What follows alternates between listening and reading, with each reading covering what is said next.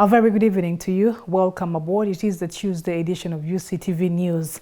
I hope it all went well for you during the Easter season, and it is now business as usual. Let us dive into our bulletin tonight.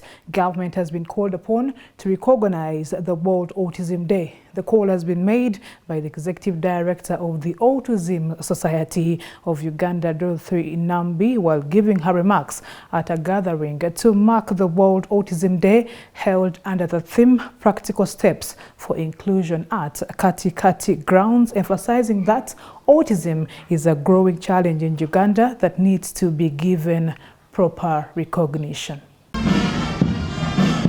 The United General Assembly designated 2nd of April as a World Autism Awareness Day in 2007. Ever since then, it has observed the day as a means to affirm and promote the full realization of all human rights and fundamental freedoms for autistic people on an equal basis with others. In Uganda, the celebration started with a procession in the morning from Katikati Grounds, where the ceremony was held. The procession comprised of different stakeholders from the Autism Society of Uganda. These included civil society organizations, children and parents with autistic children.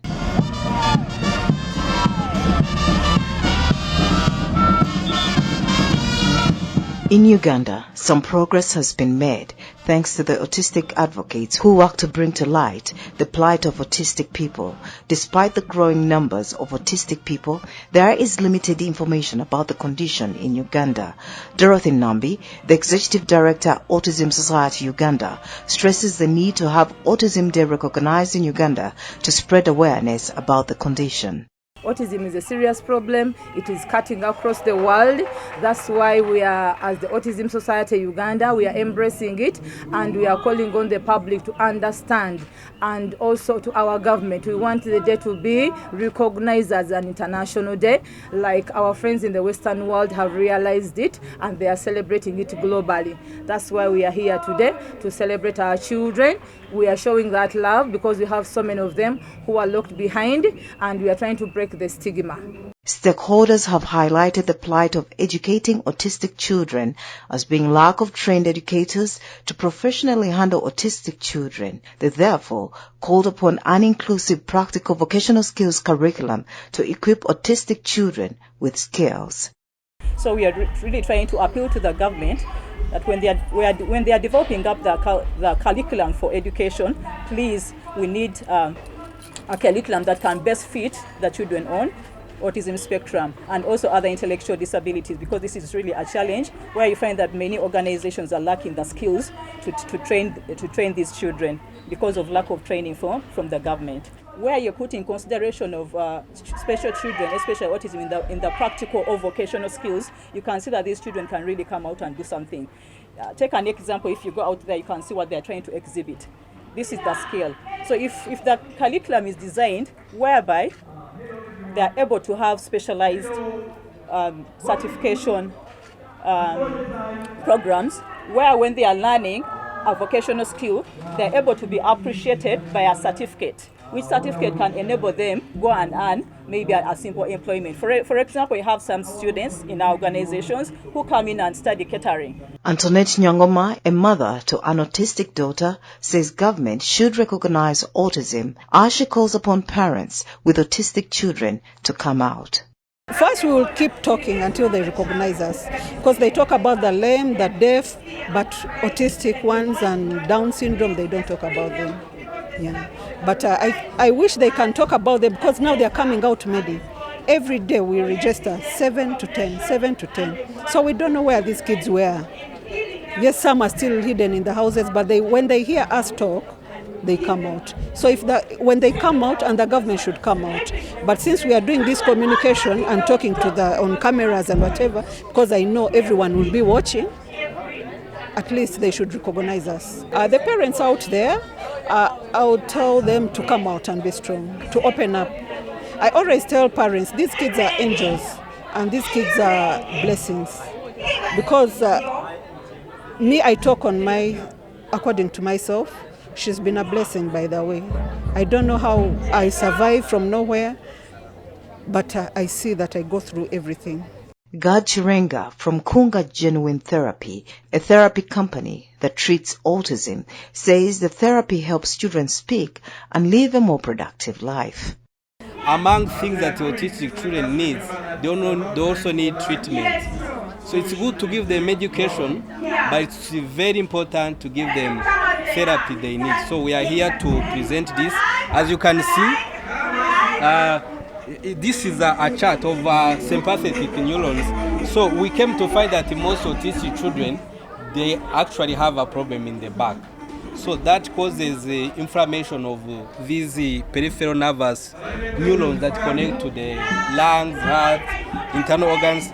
That's why they can't eat, they don't eat, most of them they don't sleep. But when you work on them, they sleep. When you work on them, they eat. When you work on them, even when you see them, you can't differentiate them from other children. So Autism spectrum disorders are lifelong neurodevelopmental disorders characterized by impairments in social interaction and communication and restricted patterns in behavior, interests, and activity with onset in the 3 years of life. Nora Osende, UCTV News. And still, as the world celebrates the World Autism Day, the Uganda Catholic Television talked to Antoinette Nyangoma, a mother to an 18-year-old autistic child who had to quit her day-to-day work to devote her life to raising her autistic child. She takes us through the journey of caring and looking after an autistic child. This is Antoinette Nyangoma, a single mother to autistic daughter of 18-year-old Drusilla. Nyangoma was oblivious about her daughter's condition until her daughter turned 5 years of age. After the father of her child abandoned them due to the condition, she went through desperate measures to have her daughter well. Due to the limited information about the condition, she thought her daughter's condition was a spiritual issue rather than a health issue. Before knowing that she's autistic, I was so confused. I was a desperate mother because I did a lot of things. I became a Muslim, by the way. I became a Muslim. I went to shrines. I slept on mountains. And the last person who told me the truth was Pastor Magembe. Pastor Magembe in Bukalango, because I'm a Catholic. So at that time I left my Catholic church and went to do this and this and this because I know every parent who loves her kid or her child does anything so that the child can be okay. After she found out that the condition was autism, that is when she began acquiring the right information to help her take good care of her daughter. However, the journey hasn't been easy, as her boss at work gave her an ultimatum to choose between work and the child, to which she chose to stay home to take care of her daughter. She did not talk.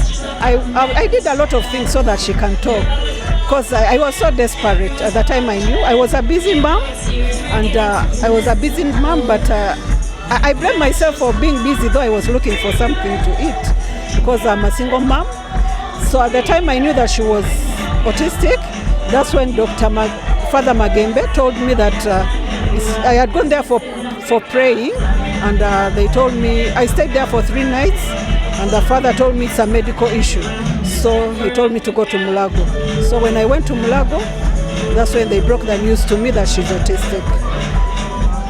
When I reached there and they asked me who is sick, I told them my daughter. And she was jumping and no one knew that she was sick. But me being desperate, they thought it's me who was sick. Because I was confused, I was stressed. And that's when I had gotten leave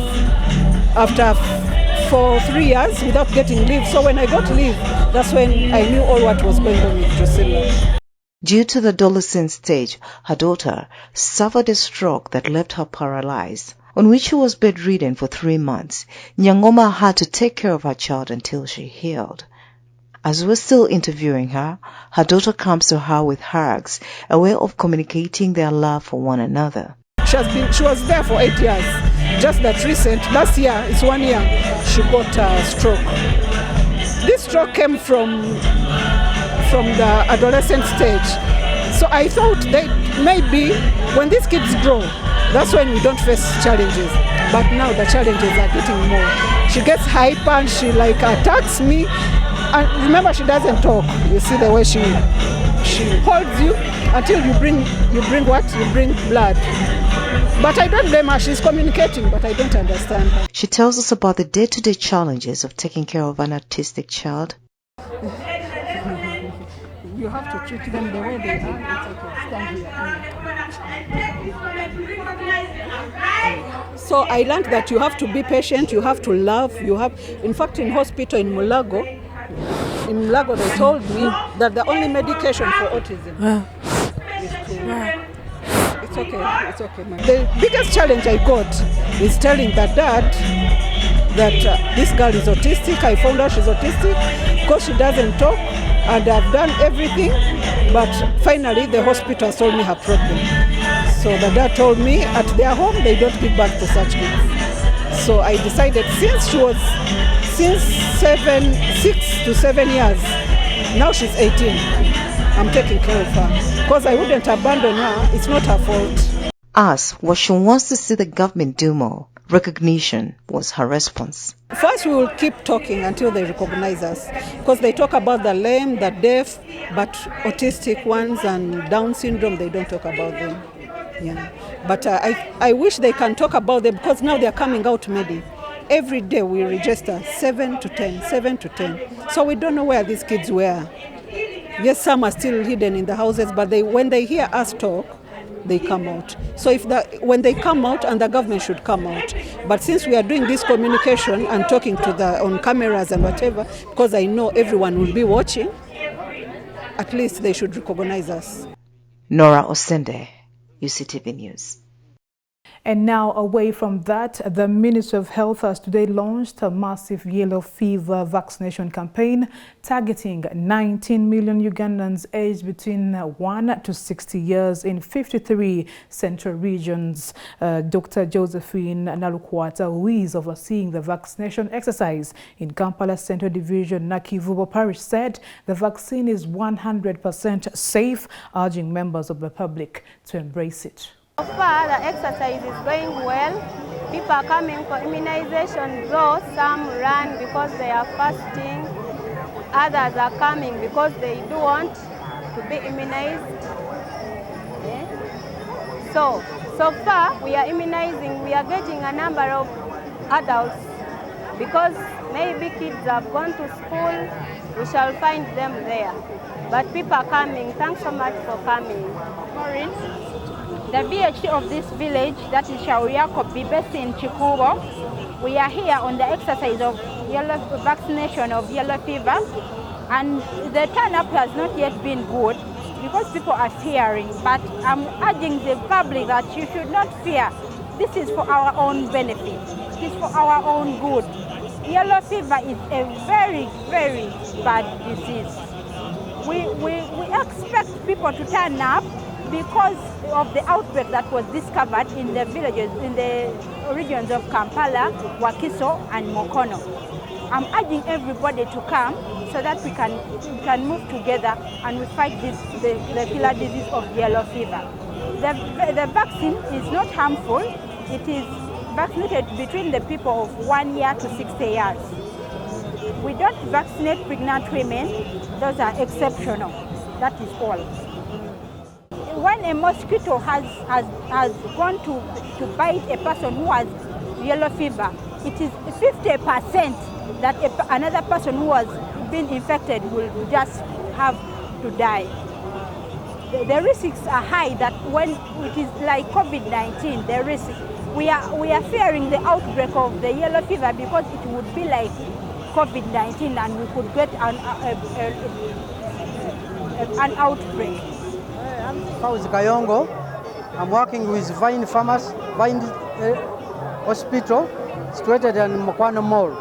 And we are carrying on this exercise because there is a pandemic of yellow fever in Wakiso and Kampala. That's why we are vaccinating people.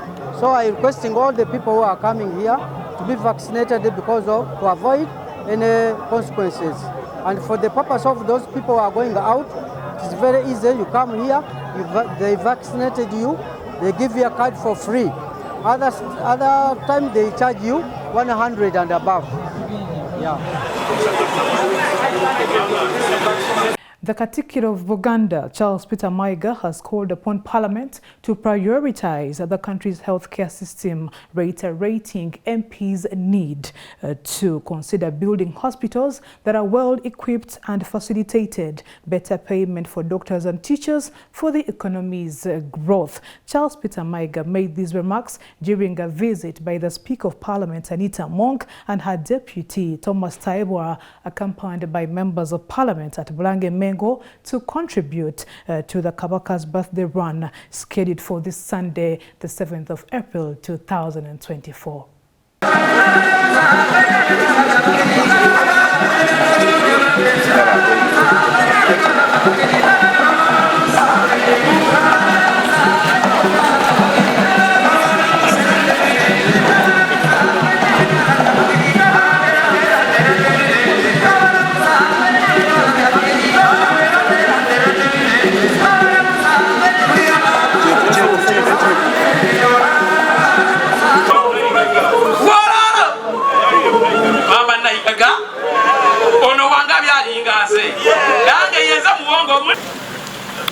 Kind of thing that we deal with every day.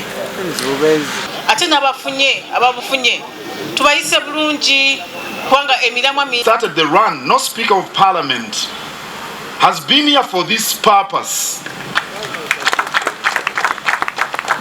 No Speaker of Parliament has been here for purposes of participating with us in the run, like in an official manner.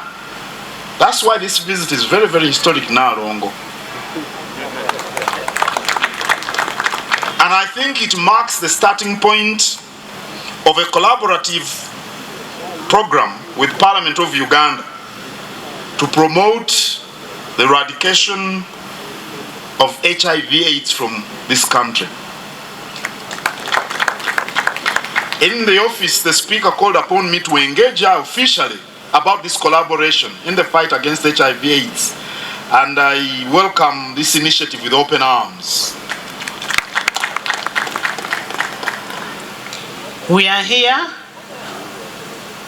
to support the kingdom, and in supporting the kingdom, the theme of today is men are stars in the fight against HIV/AIDS and save the girl child. And of course, it is the men also who start on these girl children.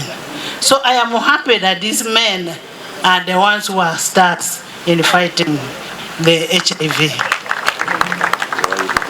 We are also cognizant of the fact that HIV in our population has been too much, and the Buganda Kingdom has really done a lot of work. When we had a meeting, you told me 11 districts are almost coming to realize their dream. HIV/AIDS is a thing. You can even have the AIDS, but you have the stigma. You don't want to speak about it.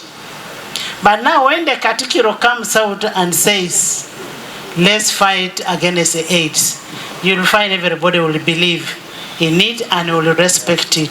I want to thank you so much. We are also cognizant that the issue of fighting HIV/AIDS and achieving our dream by 2030 is a role of government. And we want to thank you for complementing what government ought to do. We want to thank you too.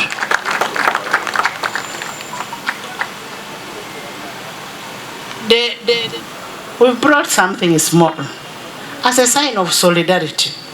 Because we want to build a relationship with the kingdom. We are not islands. We cannot live without you. Especially that we are tenants. We want to work together with the kingdom for the good of this country. We want to give a small contribution. I have a damage check here.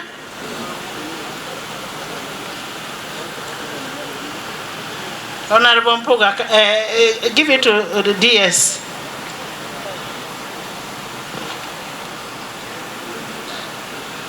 DS and Honorable Mpuga.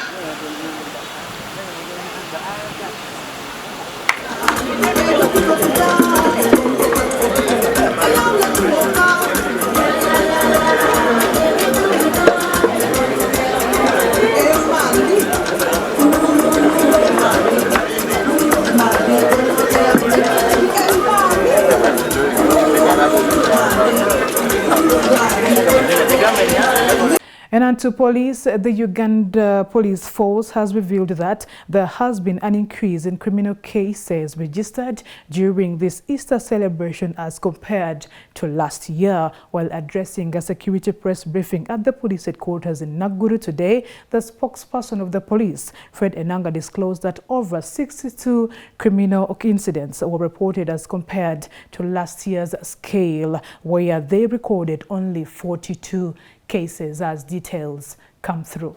Easter celebrations, like another public celebrations, are prone to a spike in criminal activities as a result of extreme excitement and lawlessness. Addressing the media today, Enanga highlighted on an exponential increase of criminal cases during this year's Easter period compared to last year, as over 46 lives were lost. A total of 62 major incidents or reportable offences were reported to police compared to 44 incidents during the Easter holidays in the year 2023. So we've seen an increase in incidents during this period. We registered majorly cases of murder by mob. We had 10 cases, then 9 cases of aggravated robbery. We had 8 cases of murder. Then murder resulting from aggravated domestic violence, we registered 4 cases. And during the entire festive season, 46 lives were lost. When we say 46 lives were lost, it is across, not murders, but 46 lives were lost. And 52 suspects were arrested. In response to the spike, police launched a crackdown against criminal activities in the rim of Kampala metropolitan area, where 2 suspected criminal gang members were put out of action. One identified as Vincent Sechans, also known as Tata Top, and another yet to be identified gentleman accused of terrorizing and robbing citizens around Sapolo Kagwa Road and chase traffic lights. We had police operations against criminal gangs in KMP, where around the 29th at 6:30 in the morning, we had an incident where a criminal gang was robbing the public along Sapolo Kagwa, that is Chase traffic light, Chindi zone. In the course of the operation, the criminals who were armed with pangas, knives, hammers, and pavers became violent and caused commotion, which prompted police to fire bullets. And 2 criminals identified as Tata Topi. I have the names. This is one of the guys who had a panga and tried to attack a police officer, and he was put out of action. He went ahead and highlighted on the various separate targeted operations against a notorious criminal group executed by Northwest Nile and Arua police station, where about 59 suspects were netted and 15 motorcycles impounded. Within 17 cells in Arua City, 59 notorious gang members were arrested, 15 motorcycles, 12 numberless, Senke model were being used in the ride-along attacks and robberies of pedestrians, women, business people, civil servants, and other members of the community were impounded. The modus operandi is that they would ride in front of you and intercept you, or they would ride past you, snatch your bag, or they would stop instantly and then jump off, attack and rob, and then jump on top of their motorcycle and get away. They would snatch smartphones, bags, wallets, other valuables while on motorcycles, or stop and put victims on knife point and rob from them. The task team first conducted an intelligence-led operation around the 26th in the criminal hubs located in the cells of Ediofe, Mission, Lumumba, Oli, Arua Primary, Air Japan, Drivers Corner, Upper Bibia, Adrico, all these. On the other hand, the Directorate of Traffic and Road Safety has noticed a 72% increment in road fatalities, from which 45 lives have been lost during the Easter holiday, as the Directorate's spokesperson Mike Kananura expounds. From the dates of 28th March,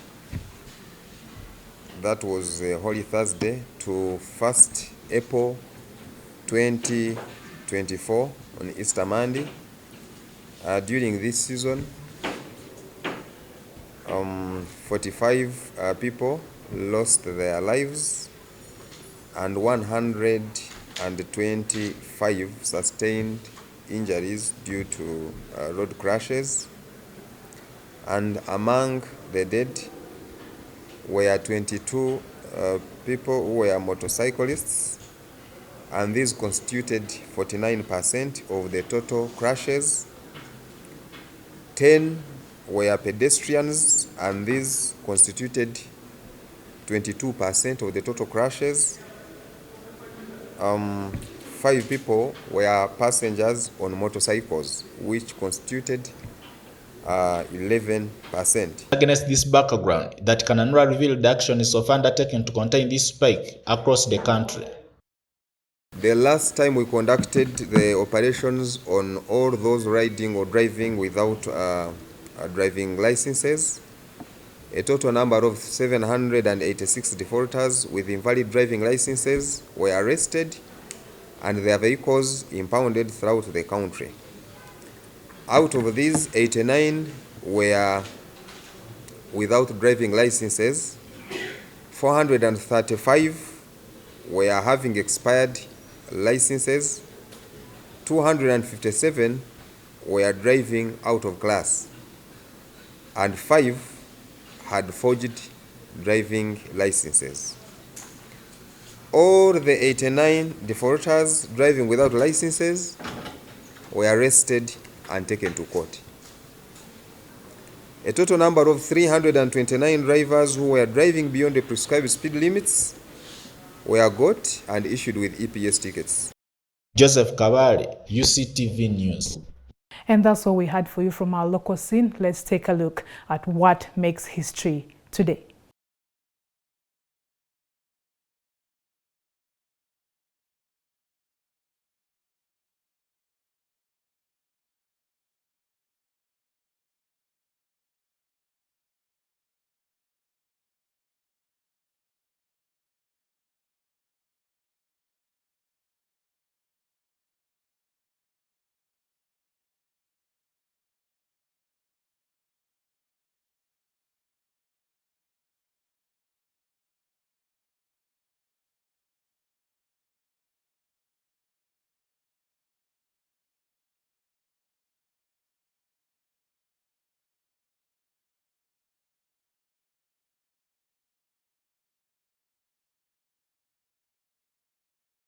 Thank you for watching UCTV News. We are going to take a break and we'll be back with the Rome reports.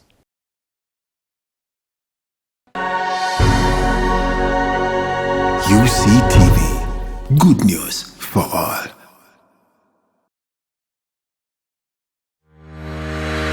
Catch incredible stories of resilience, success. You can manage dirty money with a topping of inspiration. Get interested in people, not interested in yourself. Inspire, achieve, repeat.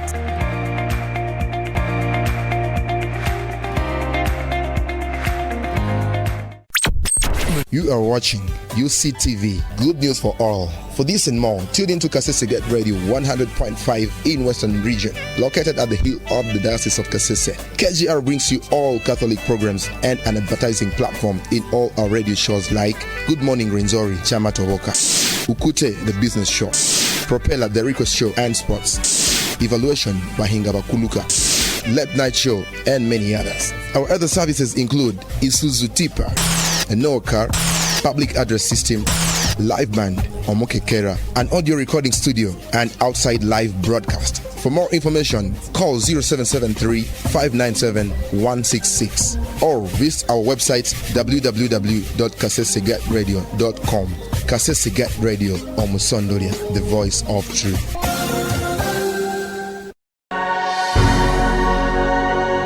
UCTV, good news for all.